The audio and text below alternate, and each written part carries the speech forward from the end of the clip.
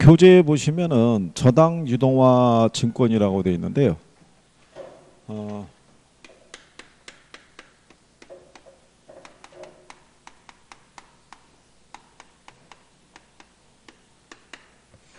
이게 이제 주택 저당 증권을 지칭한다라고 이렇게 보시면 돼요. 거기 보면은 저당 담보 증권이라고 돼 있죠. 예. 그래서 MBS라고 돼 있죠. 예, 모기지 백 시큐리티라고 돼 있잖아요. 모기지라는 게 저당권이거든요. 저당. 예. 근데 백이라는 게 담보한다는 의미거든요. 그러니까 저당권을 담보로 해서 발행하는 증권이다라고 이렇게 보시면 되죠. 그래서 거기 보시면요, 저당담보증권이라는 것은 저당대출기관, 저당회사, 기타 기관 투자자들이 자신들이 설정하거나 사들인 저당을 담보로 해서 발행하는 새로운 형태의 증권을 말하고 주택저당증권이라고도 한다 이렇게 돼 있어요. 그죠? 투자자들은 저당담보증권을 매수함으로써 개별 저당을 구입했을 경우에 가지게 되는 위험과 번거로움을 피할 수 있고요. 저당담보증권은 지급이 보증되기 때문에 시장에서 쉽게 유동화될 수 있는 장점이 있다라고 이렇게 해놓은 거죠. 그 얘기는요. 조금 아까 여러분들이 자금 수요자하고요. 이렇게 금융기관 사이에 거래가 이루어지는 것을 몇 차 시장이라고 그랬어요. 1차 시장. 그죠?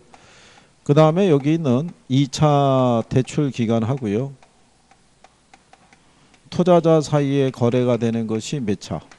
2차가 되겠죠. 그래서 이제 이렇게 돼 있었을 때요.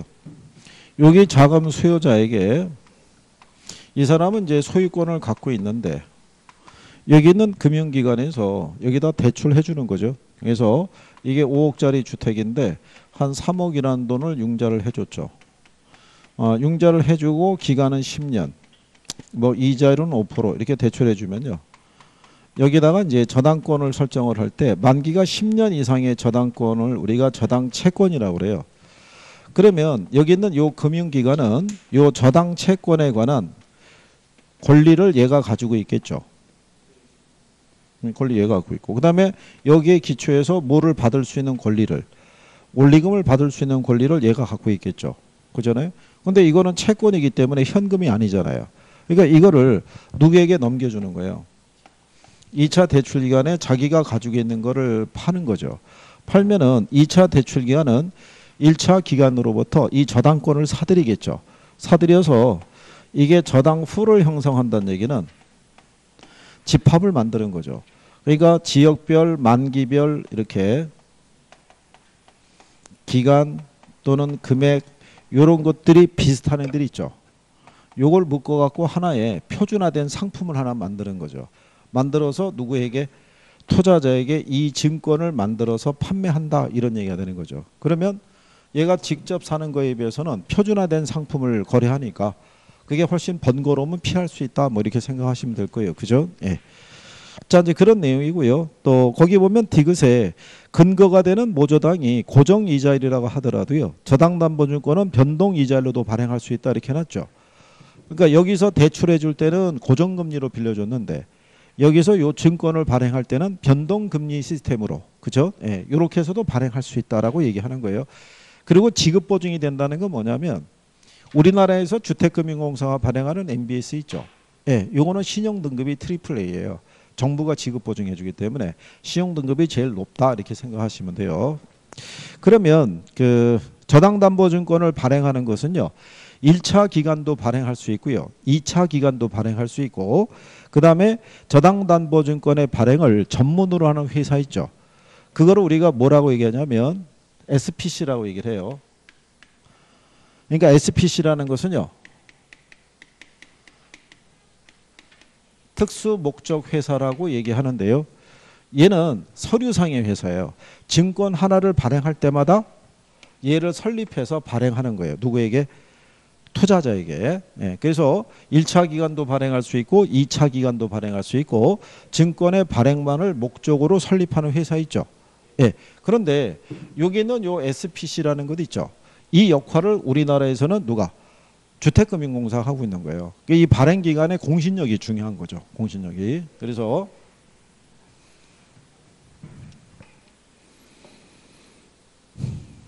그 다음에 이 저당담보증권의 종류라고 347페이지에 나와 있죠. 예, 거기 일단 별표 하나 하시는 거예요. 그러면 여기에서는 기본적인 구조만 알려드리면 이런 거예요. 이게 종류가 지분형 MBS라는 게 있고요. 채권형 MBS라는 게 있고요. 그 다음에 혼합형 MBS라고 있어요. 지분형 MBS의 대표적인 게 MPTS고요. 채권형 MBS의 대표적인 게 MBB, 혼합형에 들어가는 게 MPTB, 그 다음에 CMO 이렇게 돼 있어요. 근데 얘네를 구별하는 기준은요, 여기에 따라 틀려지는 거예요. 소유권하고 원리금 수취권 있죠. 예, 이거를 누가 갖고 있느냐? 누가? 그러면 원리금 수취권을 갖고 있는 사람이 조기 상환 위험도 부담을 해요. 그래서 MPTS는 이 소유권이 얘한테 넘어가고요. 원리금 수취권도 누가? 투자자가. 조기 상환 위험도 누가? 투자자가. 그런데 MBB는요. 소유권을 누가 갖냐면 증권을 발행하는 발행기관. 원리금 수취권도 발행기관. 그 다음에 조기 상환 위험도 누가 부담한다? 발행기관이. 근데 얘네가 왜 혼합형이라고 얘기하냐면요. 소유권을 발행기관이 갖고 있다는 점에서는 MBB하고 성격이 같은데 원리금 수취권을 누구에게 준다는 점은 투자자에게 준다는 점은 MPTS하고 성격이 같은 거예요. 이게 그래서 이 원리금 수취권을 갖고 있는 애들이 이것도 같이 부담하니까 이런 구조가 되는데 실상은 이게 포인트예요. 뭐 포인트다 이게. 그러면 제일 먼저 이렇게 한번 생각해 보시면요. 간단하게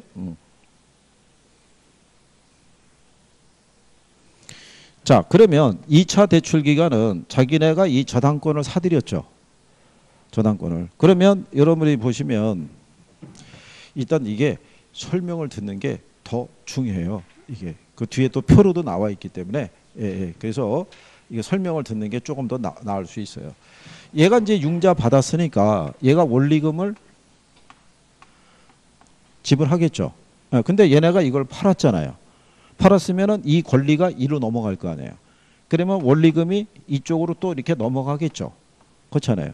그러면 얘들은 지금 여기서 사들인 저당권이 가령 예를 들어서 한 10억 정도의 저당 채권을 가지고 있어요.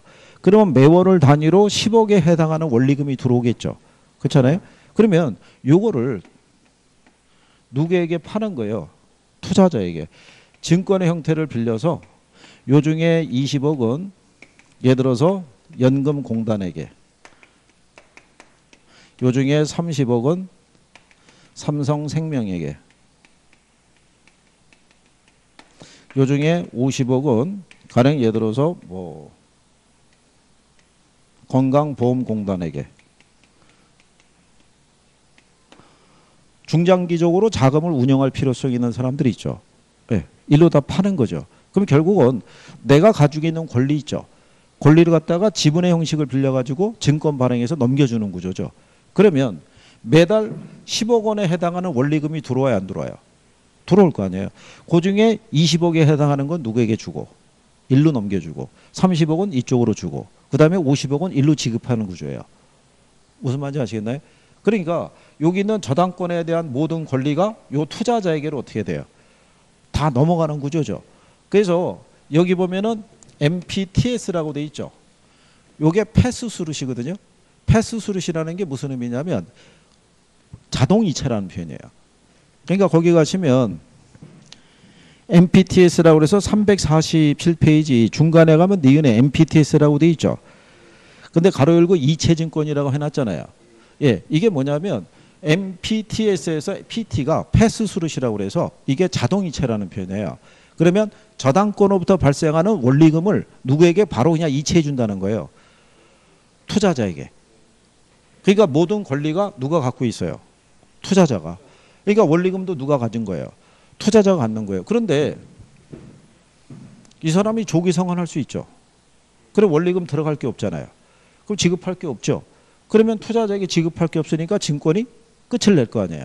그러니까 조기 상환 위험도 누가 부담하는 거예요? 투자자가 부담하는 거예요. 투자자가. 그러니까 모든 거는 누구에게로 귀속돼 있다. 투자자에게로 귀속돼 있다. 이런 얘기예요. 간단하게 설명해 드리면 그렇다는 얘기예요. 그래서 거기 MPTS를 보시면요. 저당 차입자가 지불하는 저당 지불액이 증권 발행자를 통해서 바로 MPTS 투자자에게 이체되는 증권이다. 이렇게 놨잖아요. 그죠? 그래서 주택저당 채권을 집합하고 이를 기초로 발행한 증권으로서 주택저당 채권 집합을 투자자에게 매각한다. 이런 얘기죠. 그래서 동그라미 B를 보면 원리금 수취권과 주택저당에 대한 지분권을 모두 누구에게 매각을 해요? 투자자에게 매각을 하죠. 근데 MPTS 발행 기간이 자신의 자산을 매각하는 것이기 때문에 MPTS 발행액만큼 MPTS 발행자의 주택저당 채권 집합은 감소하지만 현금 자산이 증가하기 때문에 총액은 같아진다고 돼 있죠. 그럼 무슨 얘기냐면 여기 10억 있죠. 여기 보시면 요 10억은 현금이 아니라 요건 채권이거든요. 채권을 팔았잖아요. 그죠? 그러면 예로부터 현금 20억이 들어오죠. 얘한테도 이게 100억이라고 봐야겠군요. 얘한테도 30억이 들어올 거, 얘한테도 50억이 들어오니까 자산 구성의 크기는 같아지잖아요. 채권을 현금으로 바꿔버렸으니까. 무슨 말인지 아시겠죠? 모두 투자자에게 넘겨줬으니까 담보를 제공할 이유는 있다 없다? 없다 이런 얘기죠. 대신에 MPTS는요. 뒤에 348페이지 보시면 자, 맨 위에 가면 동그라미 C 있죠. MPTS는 주택저당 채권 집합에서 창출되는 현금 흐름이 투자자에게 그대로 이전이 된다는 얘기죠. 그래서 이 투자자는 현금 흐름의 불확실성에서 비롯되는 채무 불이행 위험, 조기 상환 위험을 그대로 부담한다 이런 얘기죠. 그래서 MPTS 수명은요. 원래 저당 만기보다 훨씬 짧다라고 얘기하는 건 뭐냐면요. 이게 원래 MPTS가 30년 만기짜리인데요. 언제든지 조기 상환 들어올 수 있어요 없어요? 네, 조기 상환 들어오면 바로 수명 일찍 끝나죠. 무슨 말인지 하시겠나요? 네, 이런 거예요. 흐름에 대한 것만 조금 이런 식으로. 자, 그 다음에 또 하나는 뭐냐면요. 앞 페이지로 돌아가시면 MBB라고 있어요. MBB의 구조는 뭐냐면요. 모든 거를 누가 갖는 구조예요? 모든 거를 발행자가 갖는 구조예요. 그러면 이거는 무슨 구조냐면은 여기서 사들였던 100억의 이 저당 채권 있죠. 네, 이거를 투자자에게 넘겨주는 구조가 아니고요. 자기가 가지고 있는 100억을 이 채권을 담보로만 제공하는 거예요. 즉 기업에서 회사채를 발행해서 돈을 빌려오는 개념하고 똑같은 거예요. 이게 그러면 이런 얘기죠. 요거를 발행을 할 때는요. 보유하고 있는 요 저당 채권은 뭐로 제공하고요. 담보로 제공하고 발행 기간의 신용 있죠. 예, 요것에 기초해서 얘를 발행하는 거예요. 발행할 때 여기 MBB를 투자자에게 발행하면서 별도의 만기와 이자를 제시하는 거예요. 그러니까 여기서 들어오는 거하고는 관계가 있다 없다? 관계가 없어요. 그러니까 이 원리금이 투자자에게 그대로 전개가 안 되고요. 별도의 예를 들어서 만기가 예를 들어서 10년, 이자율은 예를 들어서 2.5% 별도로 이렇게 제시하는 거예요. 그러니까 결국은 요 저당 채권에 관한 권리는 그냥 발행 기간이 다 갖는 거예요. 이 원리금도 얘가 다 갖는 거고. 그러면 여기 있는 투자자에게는 새로운 형태의 채권을 발행하면서 자금을 조달해서 운영하는 방식이 MBB라고 보시면 돼요. 그래서 여기는 소유권 누가 갖고 있고 발행자가, 원리금도 누가 갖고요? 발행자가. 그래서 조기 상환 위험도 발행자가 부담하는 구조예요. 이렇게. 그래서 MBB를 보시게 되면은요. 347페이지에 동그라미 A에 MBB는 투자자에게 이전되거나 이체되는 권리 없이 발행기간 자신이 발행한 채권을 투자자에게 매각하는 방식이라고 돼 있죠. 이게 별도로 발행한다는 얘기예요. 그래서 MBB의 투자자는 대출채권의 소유권을 가지지 않고 원리금, 수취권, 저당권 모두 발행기간이 보유한다. 이런 얘기가 되는 거예요. 거기까지는 이해하시겠어요? 예, 그래서 모든 위험을 다 누가 부담하냐면 발행기관이 부담한다. 이런 얘기예요. 발행기관이. 그리고 이제 거기 보시면요. 뭐가 있냐면 동그라미 뒤에 가게 되면 MBB의 매수자가 MBB 발행자의 만기전 변제에 대해서 방어하는 것을 콜방어라고 되어 있는데 MBB는 매수자가 콜방어를 할 수 있는 장치가 마련되어 있다 이렇게 되어 있어요. 그게 이제 무슨 얘기냐면 콜방어라고 들어보셨죠? 만약에 예를 들어서 얘하고 거래할 때 얘가 지금 대출 기간이 10년이잖아요. 그럼 10년 기간 때문에 이자 5%를 받기라고 돈을 빌려줬는데 얘가 조기 상환을 하게 되면 대출 기관 입장에서는 수익성이 악화되잖아요. 그러면 대출을 해줄 때 옵션을 걸어놓는 거예요. 대출 기간이 만료될 때까지는 절대로 조기 상환할 수 없어. 그게 전부 콜방어라고 그래요. 예, 근데 한 5년 경과한 사람부터는 조기 상환할 수도 있어. 이렇게 하는 게 부분적 콜방어예요. 근데 여기 있는 요 투자자는요, 모든 권리를 발행자가 갖고 있잖아요. 그렇잖아요. 그런데 문제가 얘가 나한테 약속을 한 것은 몇 년 동안 10년 동안 2.5% 이자를 지급하기로 하고 해서 내가 이걸 사들였는데 여기서 얘네가 조기 상환이 들어올 수 있잖아요.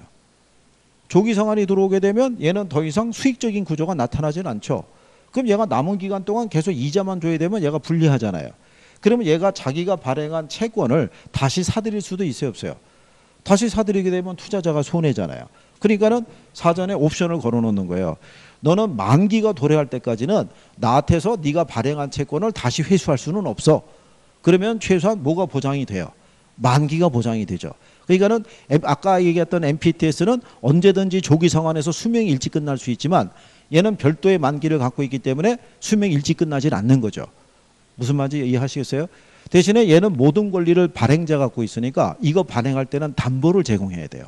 담보를. 그게 MBB라고 보시면 돼요. MBB. 그러니까 MBB는 모든 걸 누가 갖고 있어요? 자, 그러면 여기 보시면 여기 얘 B죠. 우리나라 한글 보라면 이렇게 나오죠. 비읍. 발발발. 발발발. 이게 모게지 백본드입니다. 예. 그러니까 저당권을 담보로 해서 발행하는 채권이란 얘기죠. 그게 우리 교재에서는요. 그 영어의 영문상의 표현이 들어가 있는 것도 있고 안 들어가 있는 것도 있는데 실전에 가게 되면요. 다 표시해 줘요. 영문의 표현을 풀로. 그걸 왜 표시를 해주냐면요. 원문은 이런데 나는 이렇게 번역했다 이런 논리가 되기 때문에요. 그래서 그런 정도로 기억하시겠어요? 이거 두 가지가 기준이에요. 두 가지가. 일단 얘 두 가지가 중심이라고 보시면 되고 이거 혼합형이라는 거는 섞여 있으니까 소유권을 발행자가 갖고 있으니까 얘하고 성격이 유사하고 원리금을 투자자에게 준다는 점에서는 얘하고 유사하겠죠. 그래서 얘네들을 뭐라 그런다? 혼합형이라고 그러는데요. 그중에 여기 CMO라는 애 있죠. 예, 우리나라에서 발행되는 구조는 다 이거예요. 그래서 얘가 CMO라는 거는 다계층 채권이라고 그래요. 다계층이니까 얘만 여러 개의 계층으로 발행을 해요. 한 종류가 아니라 여러 개로, 만기가 다른 여러 개로. 예, 거기까지만 일단 기억을 해 두시면 돼요. 그래서 거기 348페이지에 보면 리을의 CMO라고 해서 다계층 채권이라고 돼 있죠. 그러니까 하나의 저당 채권 집합에서 이자율과 만기가 다른 여러 형태의 증권을 발행하는 것은 CMO 하나밖에 없는 거예요. 무슨 말인지 아시겠어요? 여러 개로 계층이 되어 있는 건 뭐 하나밖에 없다? CMO 하나밖에 없는 거예요. 그죠? 349페이지에 보시면요. 어떻게 해주냐면 거기 문제 하나 있죠. 하단에. 부동산 증권에 관한 설명으로 틀린 걸 물어봤을 때 2번 지문을 가시면 저당대출 자동이체 채권이라고 돼 있죠. 근데 거기 보면은 모게지 페이스루 본드라고 돼 있잖아요. 그럼 앞에 모게지에서 M에다가 동그라미, P에다가 동그라미, T에다가 동그라미, B에다가 동그라미 하면 걔는 MPTB가 돼요. 그죠? 근데 MPTB라는 것이 하나의 저당 집합에서 만기와 이자율을 다양화해서 발행한 여러 종류의 채권이라고 그랬죠. 여러 종류의 채권 들어간 애는 뭐밖에 없어요. 그 CM 하나밖에 걔가 답인 거예요. 그렇게 주는 거예요. 그렇게. 그리고 소유권 누가 갖고 있느냐, 원리금 수취권 누가 갖고 있느냐, 뭐 이런 식으로 유도하는 거예요. 그런 정도라도 예, 정리하시면 되는 거죠.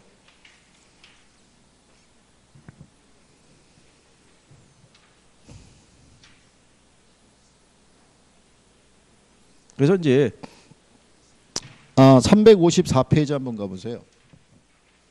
거기 하면은 문제 3번이 있죠. 저당담보증권에 관련된 설명으로 틀린 거 물어봤죠. 근데 2번 지문을 보면 MBB의 투자자는 최초의 주택저당 채권에 대한 소유권을 갖는다고 돼 있죠. MBB는 다 누가 갖는다 그랬어요. 그럼 그 걔가 답이죠. 틀린 거 오르라 했으니까. 그 다음에 여러분들이 5번 문제 한번 가보세요. 5번 문제 가보시면 1번 지문에 이렇게 돼 있죠. MBB의 투자자는 최초의 주택저당 채권에 대한 소유권을 갖지 않는다. 맞는 표현이죠. 그러니까 한 번은 긍정령, 한 번은 부정령 또 이렇게 주는 거예요. 근데 동그라미 지분 3번에 가면 MPTS란 지분형 주택저당증권으로 관련 위험이 투자자에게 이전이 된다. MPTS는 모든 게 투자자에게 가잖아요. 그죠? 5번 지문을 가면 CMO의 발행자는 주택저당 채권의 소유권을 갖는다.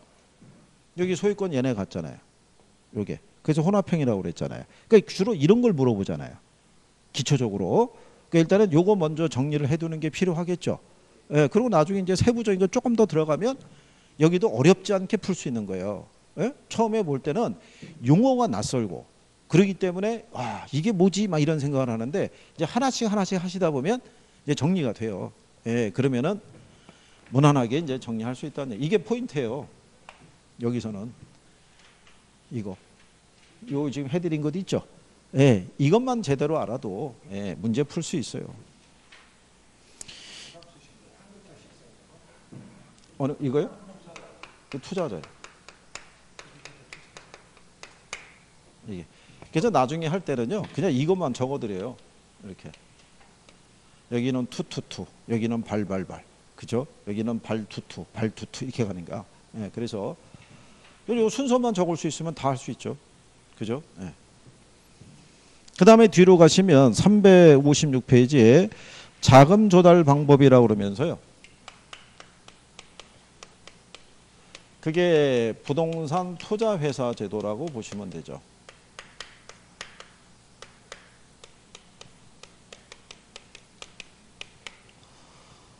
자, 거기 보면은 리치라고 이렇게 돼 있죠. 예.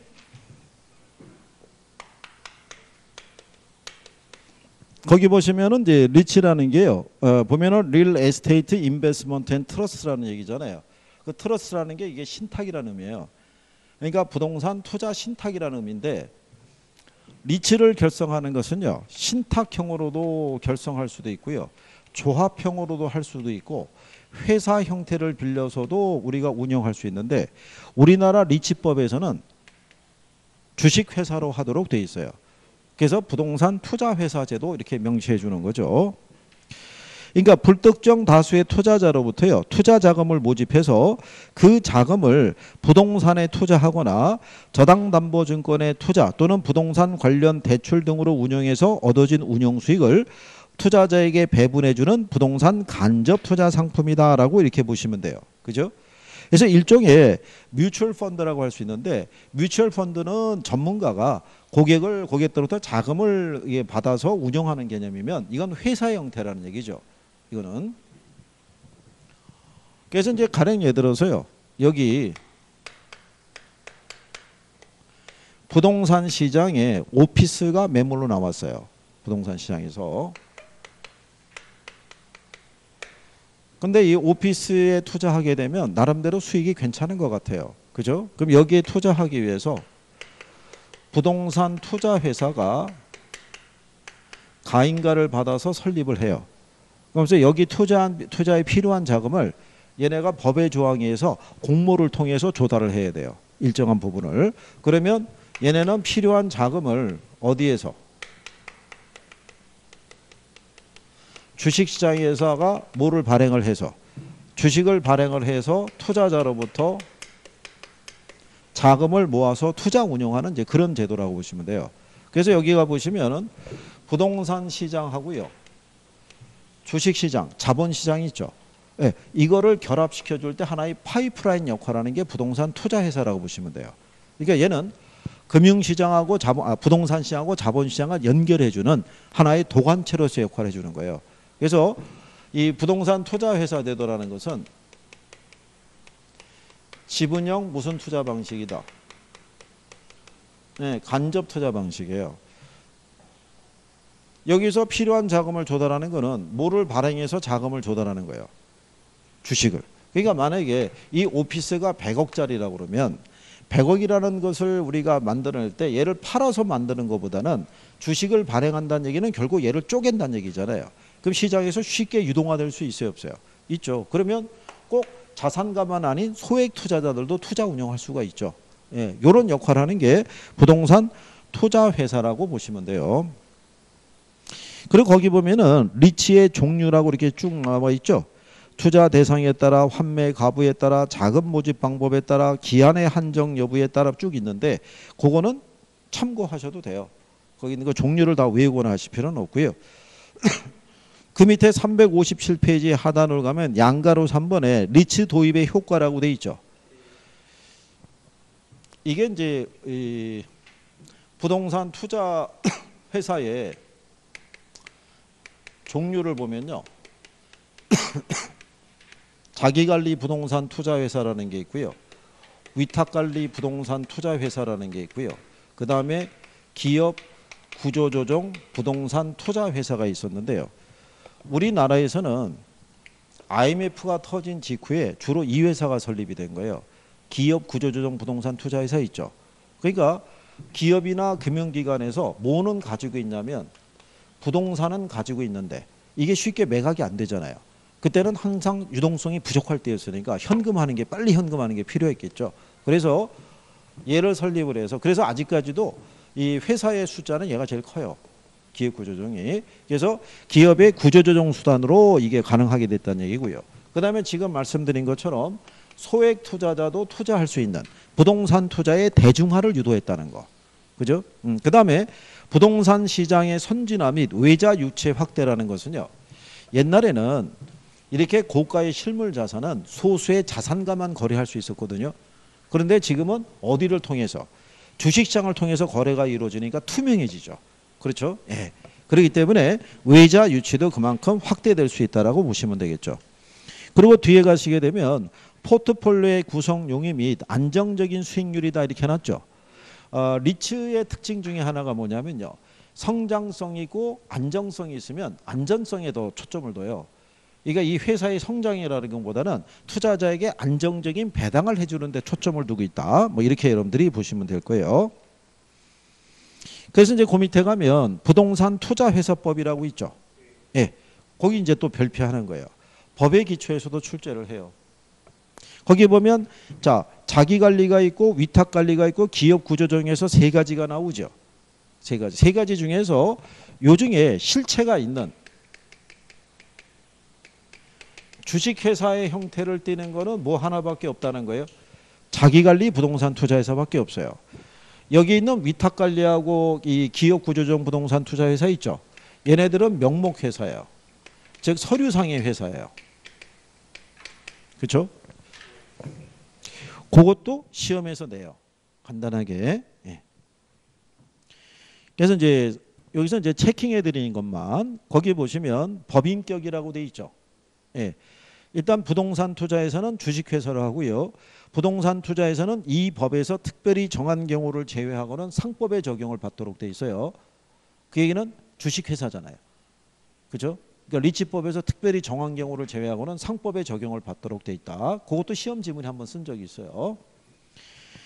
그 다음에 설립이 영업인가라고 돼 있죠.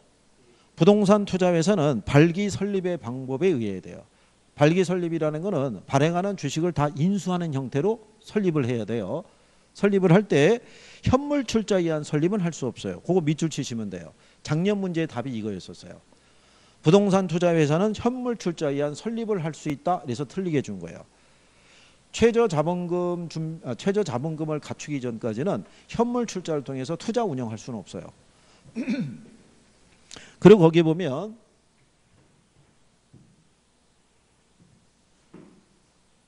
자, 이렇게 자기관리가 있고요. 위탁관리가 있고 그 다음에 기업 구조조정 부동산 투자회사가 있을 때 거기 보면 설립자본금이 있죠. 네? 얘는 5억, 얘는 3억. 그거는 체킹하시는 거예요.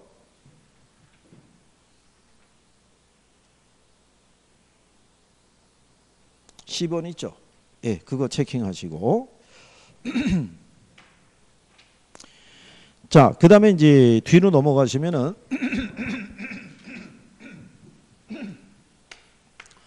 거기 360페이지에 위에서 쭉 내려오면 리을의 최저자본금이라고 있죠. 찾으셨나요? 예. 최저자본금은요. 그것도 밑줄 치시는 거예요. 얘는 70억. 얘는 50억. 얘도 50억.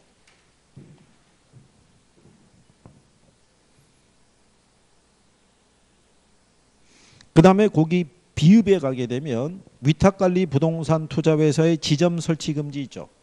걔도 가끔씩 나오는 거예요. 그거 체킹하시고. 그 다음에 그 밑에 가면 주식의 발행에 보면은 주식의 공모라고 돼 있죠. 자, 주식 공모에 대해서는요. 361페이지 가면 위에서 두 번째 줄에 가면 동그라미 B라고 있죠. 361페이지 상단에. 거기 하면은 부동산 투자회사는 영업인가를 받거나 등록원 한 날부터 2년 이내에 발행하는 주식 총수의 100분의 30 이상을 일반의 청약에 제공하도록 돼 있죠. 근데 얘는 그 조항을 적용받지 않아요. 여기 X라는 거는 기업 구조조정 부동산 투자회사에게만 적용되는 특례사항이라고 보면 돼요.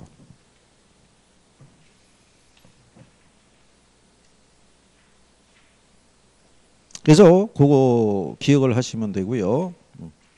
그 다음에 그 밑으로 쭉 내려가면 니은에 주식의 분산이라고 이렇게 해놨죠. 예. 주식 분산이라는 게 1인당 주식 소유 한도를 얘기를 해요. 얘네들은 주주 1인과 특별관계자는 발행 주식 총수의 100분의 50 이상을 소유할 수 없는데요. 얘는 이 조항을 적용받지 않아요. 기업 구조조정에 대해서는. 그래서 주식의 분산 보면 동그라미 A가 자기관리 50%, B 보면은 위탁관리도 몇 프로예요? 50%잖아요. 근데 뒷페이지 넘어가시면은 상단에 가면은 이렇게 색이 다른 박스 하나 있죠. 거기 보면 기업구조조정 부동산 투자회사에 대해서는 주식 분산 조항이 적용되지 아니한다 이렇게 해놨잖아요. 그렇죠? 예, 그거 체킹하시고. 그 다음에 옆 페이지 가셔서 363페이지 가시면 쭉 내려오면은 니은의 자기관리 부동산 투자회사의 자산운용 전문인력이라고 돼 있죠. 거기에 여러분들도 해당이 된다는 거죠. 감정평가사 또는 공인중개사로서 해당 분야에 5년 이상 종사한 사람 이렇게 돼 있죠. 그렇죠? 그 다음에 여기 있는 얘네들은요. 서류상의 회사이기 때문에 자산의 투자 운영을 얘한테 위탁을 줘야 돼요. 자산관리회사에게. 이 자산관리회사의 자본금이 70억 원 이상이고요. 그 다음에 자산운용 전문인력을 5명 이상 확보할 것이라고 돼 있죠. 확보가 아니라 이게 상근으로 두도록 돼 있어요. 예전에는 확보였는데 상근으로 두는 거. 확보하는 거하고 상근으로 두는 거하고는 틀리죠.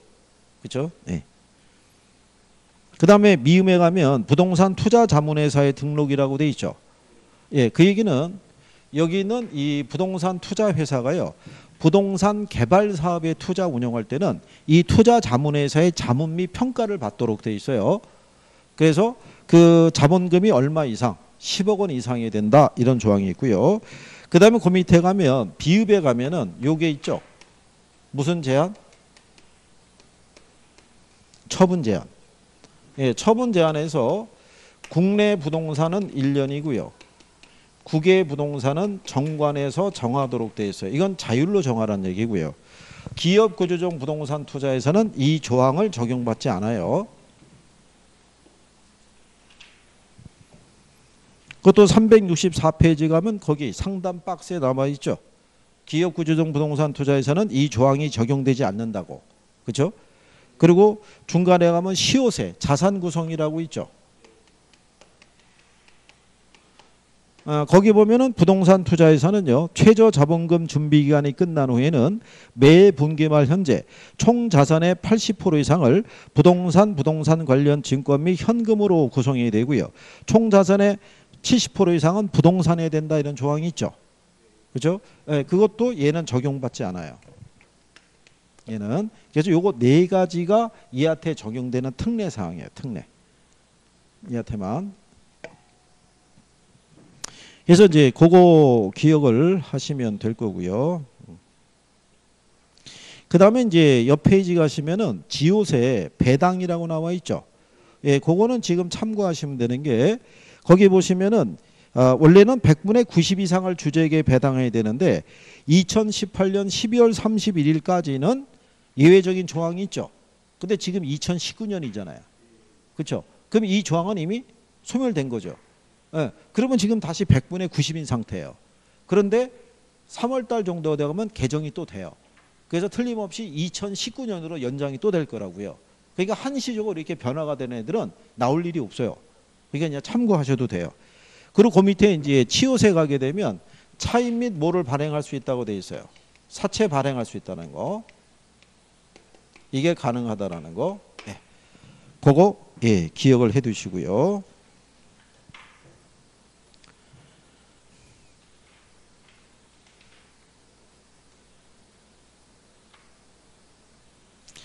그리고 이제 366쪽에 가시면요. 거기 합병 밑에 가면 동그라미 6번에 투자 보고서 공시라고 돼 있죠. 예. 그래서 분기마다 해당 부동산 투자회사에 투자 보고서를 작성하도록 돼 있어요. 투자 보고서 공시가 요게 이제 작년 8월 달 시행으로 해가지고 예, 요게 그때 개정 수정을 본 건데 아직 시험상에서 인용은 되지는 않았고요. 예, 체킹 정도만 해두시면 되죠. 옆 페이지 가시면은 367페이지 상단에 예제 하나 나와 있죠. 부동산 투자 회사에 관한 설명으로 틀린 거 물어봤을 때요. 2번 지문에 가면 자기관리 부동산 투자 회사의 설립 자본금은 3억 원 이상으로 한다 이렇게 놨잖아요. 예. 맞추라고 주겠죠, 그죠? 이렇게. 네, 그러니까 기본적인 거 이렇게 정리 정도 해두시면 될 거예요. 예. 시험에서 꾸준히 나와요. 부동산 투자 회사에 대해서 정리 잘 해두시고. 그 다음에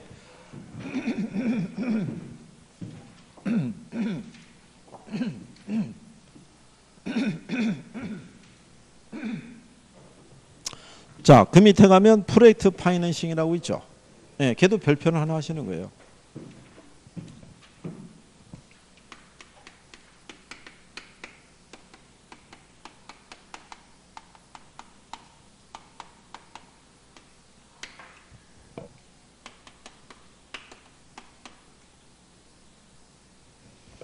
이거는 그냥 프로젝트 금융 이렇게 인식을 하시는 게 낫겠죠. 금융이 자금 융통이죠. 그죠?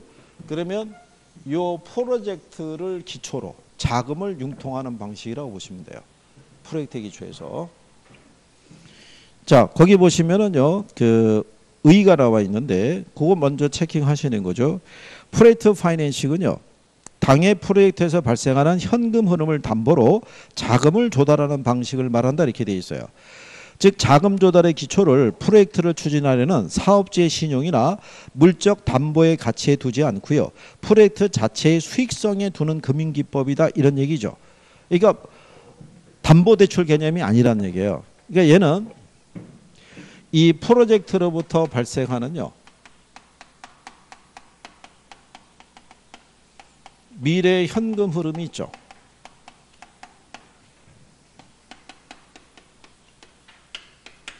이거를 기초로 해서 자금을 조달하는 금융기법이라고 보시면 돼요.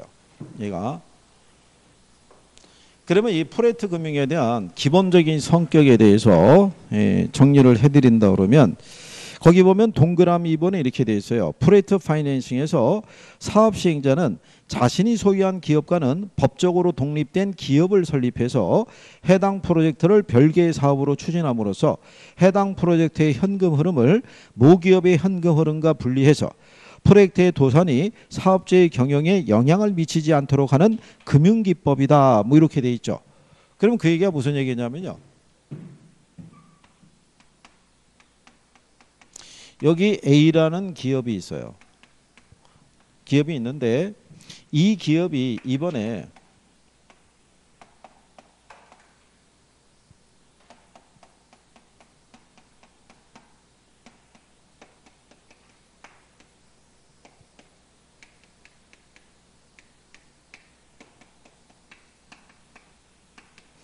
대전에서 광주 간 연결이 되는 고속철 건설 사업권을 따냈어요.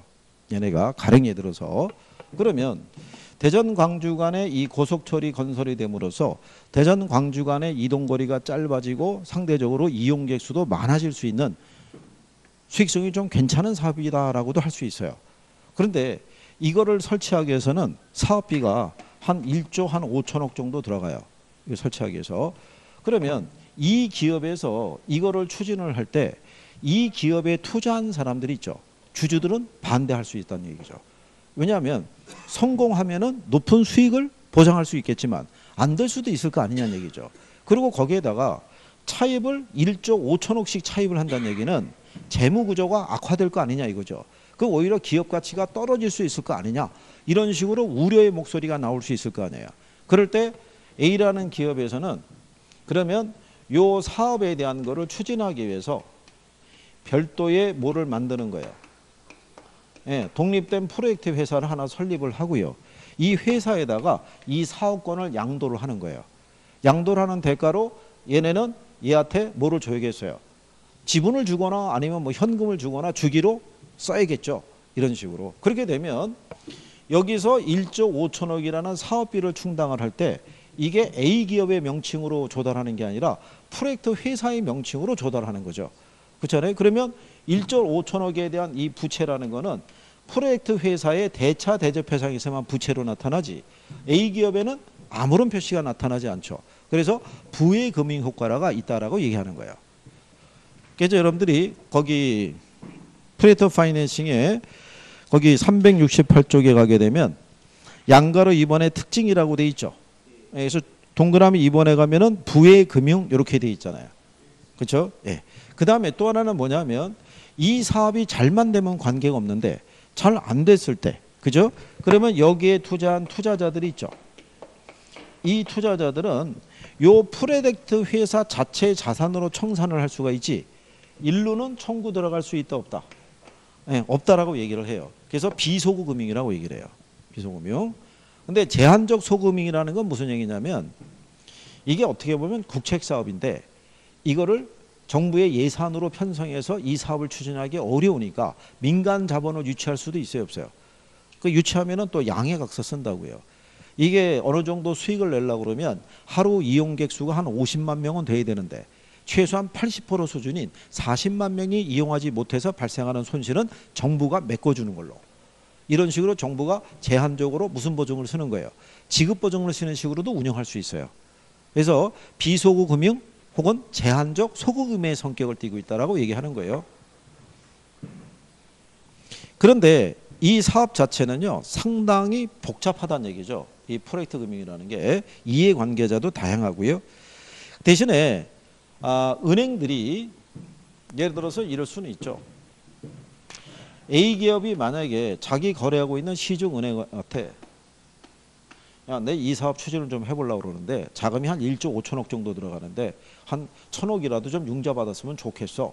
그랬을 때 은행 입장에서 봤을 때는 현재 경기도 안 좋고 재무 상태도 별로 안 좋은 걸로 알고 있는데 융자를 해줬다가 잘못하면 날릴 수도 있잖아요. 그런데 별도의 프로젝트 회사를 통해서 운영을 하게 되면 융자는 못 해주더라도 자기가 여기에 뭐로 지분 투자자로 참여할 수는 있다는 얘기죠. 무슨 말인지 아시겠나요? 그러면서 자기가 투자 들어갈 때는 높은 뭐를 수수료나 이자 이거를 기대하고 들어가는 거죠. 이렇게 그런 경우가 있다라고 보시면 되겠고요. 그래서 이제 그런 내용 관계가 구성이 되는 게 프로젝트 파이낸싱이라고 보시면 되겠고요. 그 다음에 369쪽에 가시면요. 맨 상단에 철저한 자금 관리라고 돼 있죠. 그게 무슨 얘기냐면 결국 그러면은 이 투자자에게 줘야 될 수익 있죠. 수익이라는 것은 얘가 선취가 돼가지고 이거를 사용하는 사람들의 사용료 있죠. 이거 회수해 갖고 줘야 되거든요. 근데 이 사용료가 얘네를 거쳐서 이렇게 흘러 들어가게 되면 얘가 이 돈을 어떻게 쓰는지를 얘가 확인할 수가 없잖아요. 그러니까는 이렇게 흘러 들어가지 않고 별도의 위탁 결제 계정이 있죠. 에스크로 계정이라고 그래요. 별도의 위탁 결제 위탁 계정 또는 위탁 결제 계정이라고 그래요. 요거를 만들어서 여기를 통해서만 관리하도록 돼 있어요. 그래서 그게 여러분들이 거기 그 369쪽에 가면 니은에 맨 위에 동그라미 6번에 철저한 자금 관리라고 돼 있죠. 프로젝트 파이낸싱은 현금 수입이 유일한 담보 대상이므로 철저한 자금 관리를 지속적으로 필요로 한다 이렇게 돼 있어요. 그래서 니은에 가게 되면 따라서 대출 금융기관은 현금 흐름의 사용이나 건설 자금의 투명성 확보를 위해서 결제 수탁 계정 에스크로 어카운트라고 그러죠. 예, 여기를 통해서 자금을 관리하도록 돼 있어요. 그것도 시험에 내는 거예요. 왜냐하면 그 밑에 하단에 예제 나와 있죠. 예제 보시면은 지문 3번에 이렇게 돼 있잖아요. 프로젝트 금융의 자금은 건설회사 또는 시공회사가 자체 계좌를 통해서 직접 관리한다 보니까 틀렸을 거 아니에요. 무슨 말인지 이해하시겠어요? 그러니까 그런 구조로 되어 있는 게 프로젝트 금융이라고 보시면 돼요. 실상은 이 과정이 되게 어떻게 돼요? 복잡한 거예요. 이거. 예. 제3의 업체가 와서 또 관리를 하는 거야? 아니면 프로젝트 회사에서 별도의 기능을 마련해서? 별도의 계정을 만드는 에스크로의 의미가 뭐냐면요. 이런 거예요. 그러니까 예를 들어서